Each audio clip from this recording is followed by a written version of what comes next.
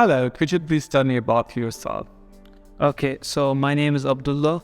I'm in 12th grade and I'm 18 years old. And I got 1,500 on my SAT. Congratulations on scoring this amazing score on the SAT. And could you tell me about your background first, about English and also other skills that you needed for the SAT? So I've always felt like I had a natural ability when it comes to mathematics and algebra, geometry, all of those. So I never really struggled with them. Definitely not as much as I did in the SAT test. And for English, I've been studying English since I was 7, 8 years old. I was watching TV, Cartoon Network, Nickelodeon, those channels for English cartoons. So I've always had both of these skills ever since I was a kid. That's good. Great that you were exposed to English and those skills since you were very young. Can you walk us through your study routine leading up to the exam? Alright, so I was supposed to start studying 6 months before the test.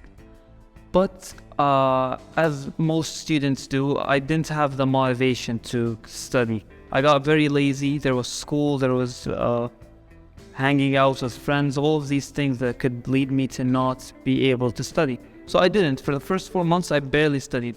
Then summer came along. I had 2 months of summer and then I had to take the test. I planned a schedule with my friend. It was very simple. I would wake up at 9 a.m. I would go to his house by 9:30. We'd get up, drink some coffee or something, go to the library that's half an hour away. It's invaluable, and we would stay there till 5 p.m. Doesn't matter how much we need to study, how we feel about it, we're staying till 5 p.m. And it became a routine, something that just had to happen every day because I did it with my friends. We held each other accountable. So after 2 months, I realized that I was more than ready for this test and it was very easy for me. It was great that you also encouraged those friends, but at the same time you were just motivated. That's great. And were there any particular strategies or techniques that you found especially helpful during the test? Well, when it comes to studying math, this is what I would do. I would start a lesson, start the exercises for it. If I feel like I don't know this lesson at all, then I would open a YouTube video and I would learn the concepts, really try to understand what's going on in this equation, what's going on in this question, and how to break it down. So after I kind of understand the concepts behind these lessons, I would just practice. It doesn't matter what type of practice, just keep on practicing every day, every hour. Eventually, it's going to be like second nature to you. That's good. Well, it's great that you were autonomous. Because you could also watch the videos and that you found also helpful to help you develop your skills in the areas that you needed. Did you encounter any unexpected challenges during the exam? During the exam? Probably just I needed to go to the bathroom really badly. But other than that, no, I don't think so. But was it the first time that you scored that? Yes, this was my only time ever taking the SAT. I had taken practice tests before and just practice tests at home, but nothing as serious and formulated as the official thing. Again, congratulations on your success. A lot of students have time management issues. How did you manage your time during each section of the test? How do I manage my time during the section? Well, it's not about what you do in the test. I'll say that. It's not about what you do in the test. It's about how you study and practice outside the test. Because when you practice these questions and you become used to them, you're supposed to be able to solve them fast. If you're having trouble solving them fast, then you clearly haven't studied nearly enough to be ready for this test. So you should just keep on practicing. Oh, well, thank you. And what advice would you give to other students who are preparing for the SAT? I would say prepare a routine, find a study partner, and take it seriously. make sure you're consistent. Consistency is the most important thing when it comes to studying for the SAT. Nothing else matters as much. Good. That's great. And let's talk about books, websites, and other resources. Did you find any particular resources, books, websites, apps that could be especially helpful during? Right, so everyone should use a specific book or website, or maybe multiple books or websites. It's all up to the person.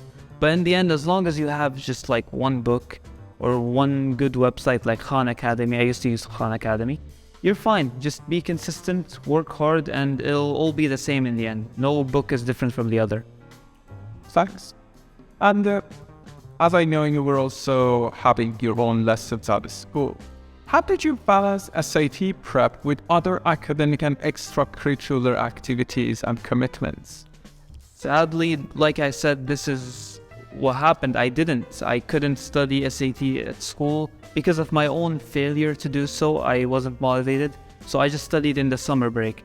Of course, not everyone has that opportunity to study in the summer break, so if you're studying in the same time as school, just make sure you have a specific time of the day that's dedicated to just SAT and nothing else, and you'll be fine.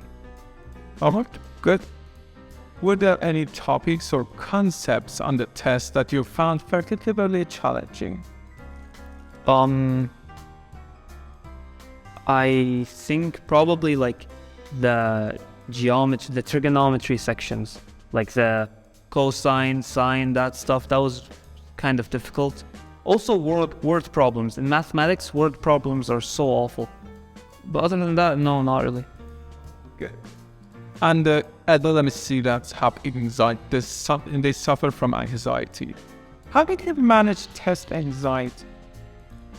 Like anxiety, like worry and stress, right? So I don't know. I just I was worried. I was very worried and anxious and everything, and I felt like my whole world was falling apart. But then I solved the first question, and I was able to just focus, just really tunnel into the questions themselves. So one question after the other, and I didn't really perceive the world around me until I was finished with the test.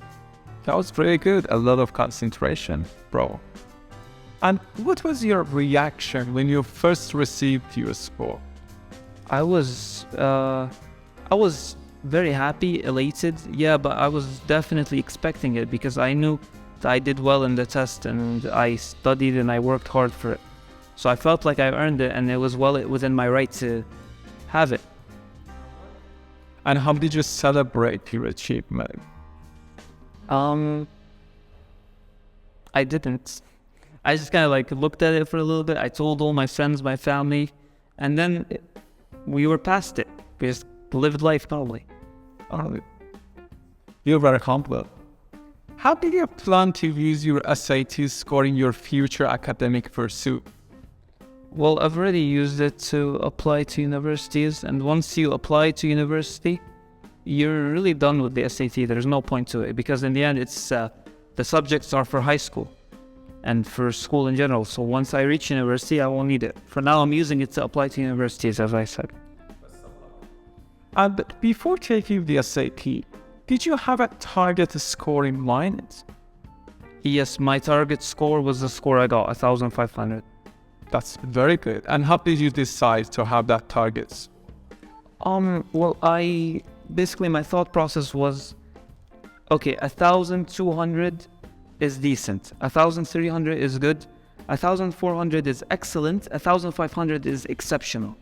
And I want it to be exceptional. I want it to be like no one else around me has this score. Great.